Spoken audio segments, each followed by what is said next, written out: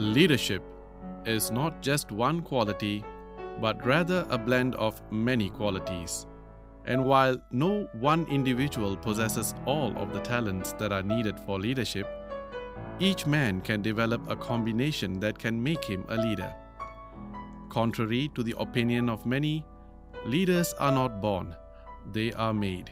And they are made by hard effort, which is the price we must pay for success.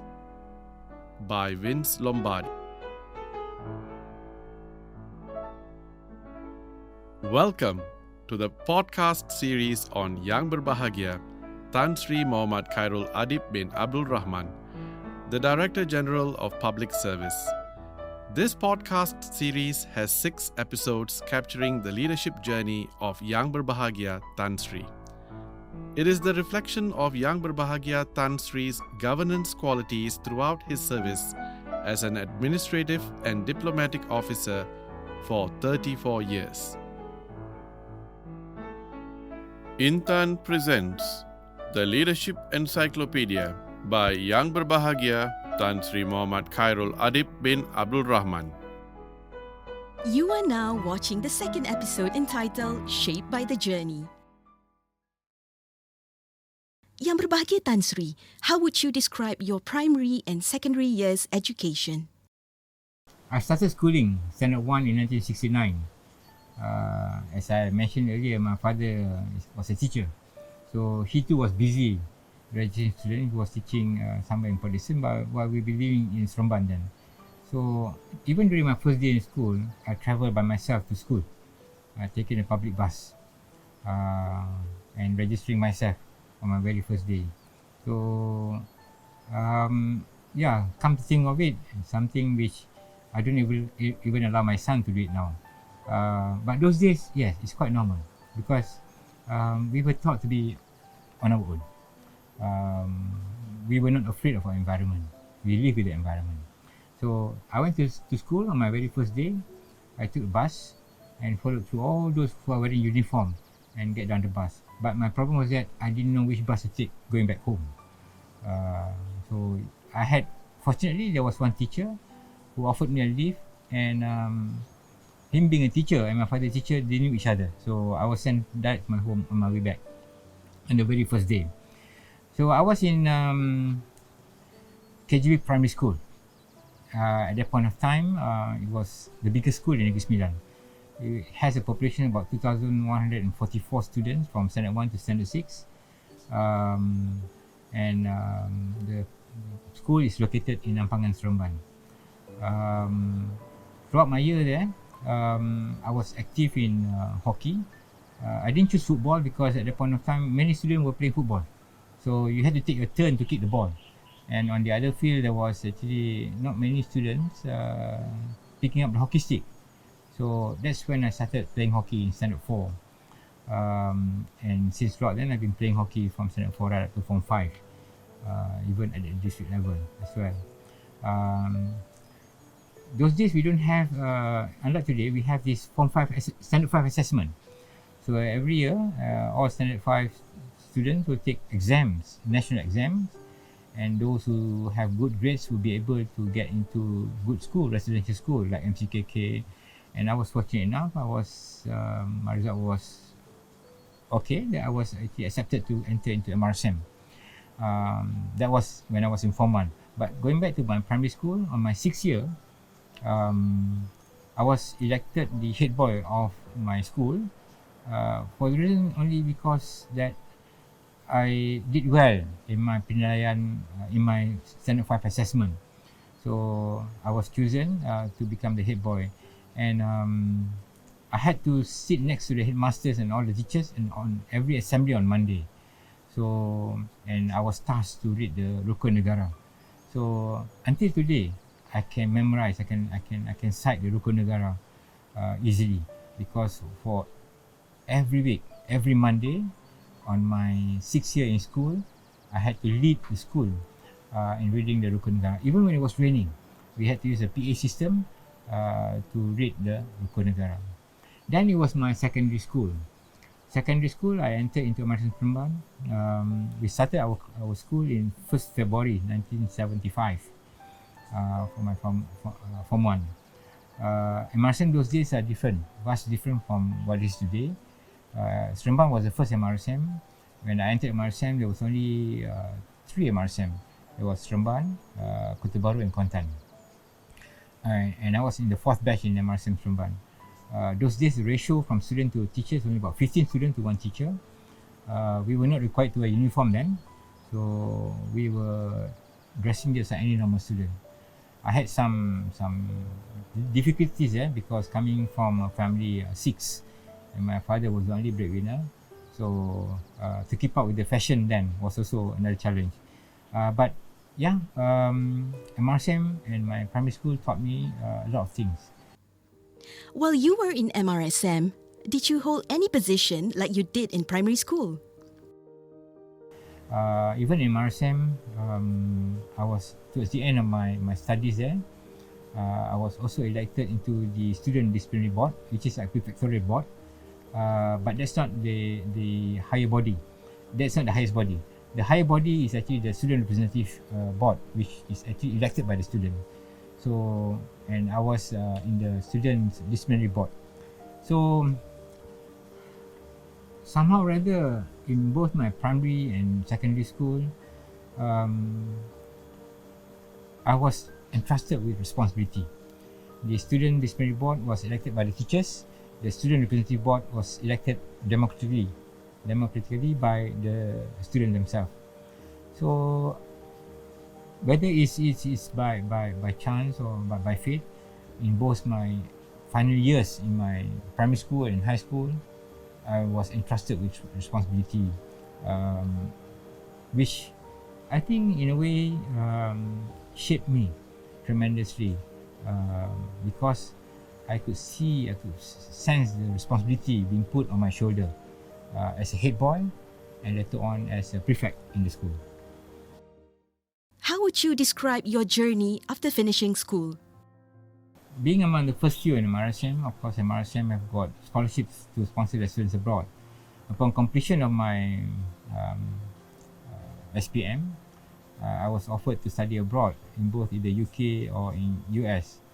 But at that point of time, since all my other siblings went to overseas, I had a change of mind.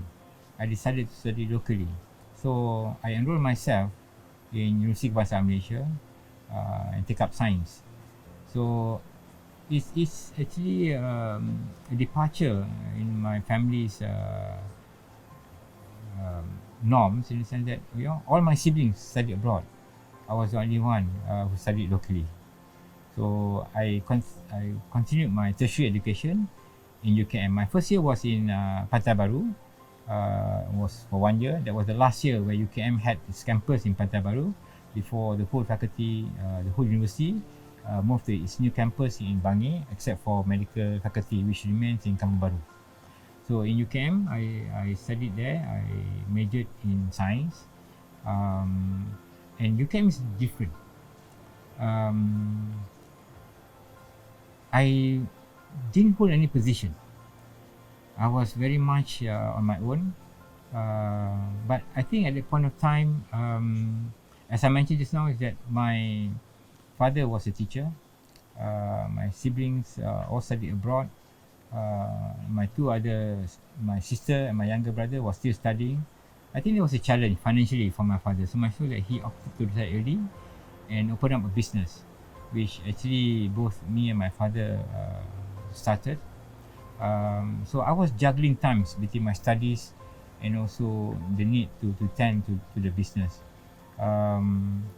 Upon graduation, I worked full time in the business. I used to sell vegetables. I sell cooking gas. It's like a mini market. I have video shop and a few others. So I was driving around in a tricycle. And I own a tricycle. So those days, it was not a trend, but because of the financial affordability, I can only afford a tricycle. So I was delivering all my supplies to my customer on a tricycle. So because when I graduated, it was a time when the country first registered a negative growth. We were in a recession, so jobs were difficult to find by. Although many applied, not many are accepted into the workforce because with the negative one contraction, the availability of job is very challenging to many of us. So I didn't waste time. I have my business that we were working on, but at the end of the day, I realized that the future then was not in that kind of line, because in those days the interest is very high. It's about 12.5%. So it's just like working for the bank. Whatever you earn, you have to pay 12.5% to the bank, and whatever is left is yours. So much so that I feel that I need to move on. I see. So how did you transition from running a small mini market business to where you are now? So in between, I did apply for jobs. I was called for interview for 2 jobs. One is actually as a lecturer in UITM, and the other one was PTD. And I was accepted to both. So I did went ask my father which is a better option, become a lecturer, which I like very much, a teacher. I did, after Form 5, while waiting for my result, I did actually part-time teaching. I taught history. So I asked my father which is a better job. My father being a teacher, those days being a teacher, you don't have much of benefit like holidays, car loans and whatnot. So he said, why not try PTD? So then on 10th of January 1987, I enrolled myself in Intan for a 1-year course and completed my Diploma Pentadbiran Awam, DPA, in 1 year. Looking back to your times in university, if there is one experience that left the biggest impression on you, what would that be? Yes, I spent 6 years in primary school, 5 years in high school, 1 year doing my matriculation, and then I was in university. There was a time at university when the option for me was quite tough, in the sense that there was during one of my final exams that it was biochemistry. The reference book was this thick. I was fully prepared, but the question was not what I anticipated. So during the exam, somehow or other, the invigilator, mainly the lab assistant, left the room. There were opportunities for me to open up my books to copy, but I chose not to. And for that, I did fail my paper. I did fail the 1 paper and had to repeat the paper. So my father was definitely not happy. So I posed him one question in the sense that, you want me to be honest or you want me to be successful? He said, when you become honest, you become successful. So it pacifies me to a certain extent that I never regretted that moment when I choose not to sacrifice my value that I have been taught all this while. I didn't even open up the book when I had a chance to. And for that reason, for that action, I failed, and it left a long impression to me. But I think God is great in the sense that, if you follow through your heart, you can become successful. Not everything can be achieved by shortcuts. I think if you take the more rightful way, the success is more sweet. So if you ask me, the culminations of my studies from primary school, secondary school, pre-university and university, the last semester of my university really tested me in the true sense that I had the options to open up my reference book or fail my subject. I didn't open my book, and true enough, I failed. But on hindsight, I think it emboldened me, to be truthful in life, to stay true to what you hold on to. And from that day, I never did sacrifice my value until today. Since you were very young, you have been holding leadership positions. Do you see yourself as a natural-born leader? I was placed in a position of trust. I've never looked myself as a leader, actually. I've always looked at things as my responsibility. Even when my 3 siblings went to study overseas, I still have my 2 other siblings that I am taking care of. So even in that sense, when my father had to retire early because the salary didn't sufficient to cater for the family, it was responsibility that put me there.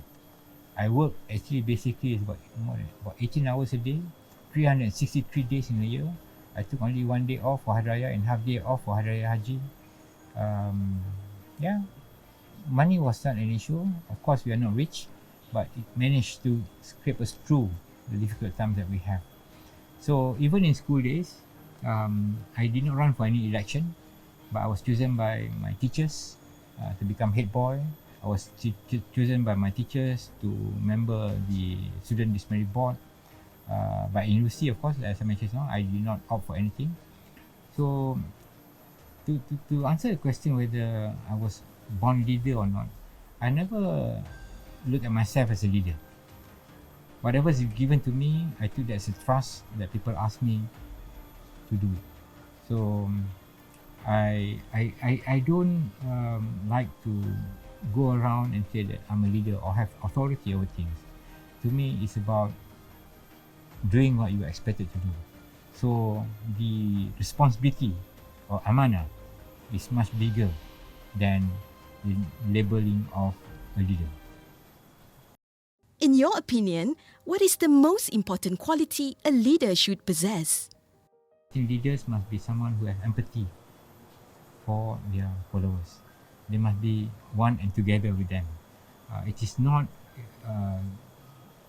clinging on to the position of power just to show that you are a leader, but actually leader comes with responsibility that you must make sure that your stakeholders, your followers gets the benefit of your leadership. So this way, I believe a leader must not put themselves in high pedestal or in ivory towers, but must go down and understand. They must be together as one with their stakeholders. So it's actually is first among equals. That is to me a concept of true leaders, not someone who position themselves too high up, but someone who is actually the first among peers. So that would basically sums up to me throughout my journey in schools, primary school, high schools and university. What would be a good leader? The good leader is someone who is one with the rest, and he's the chosen one to be the first among equals. Thank you for tuning in to the second episode. Don't forget to continue watching the next episode entitled The Newly Appointed Leader. You're an officer, you come to office with your suit and tie, your name tag, so you're not supposed to say, I don't know. Those were the days.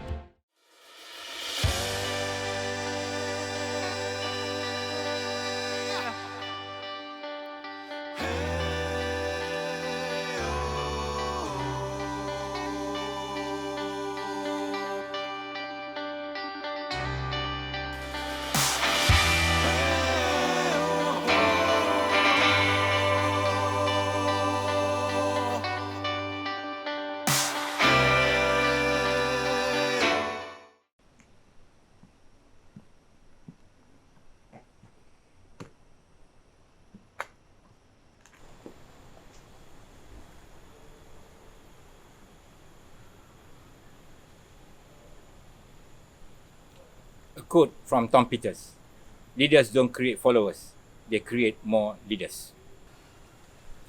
And if I may add, leaders should be able to inspire people. They should be able to move people.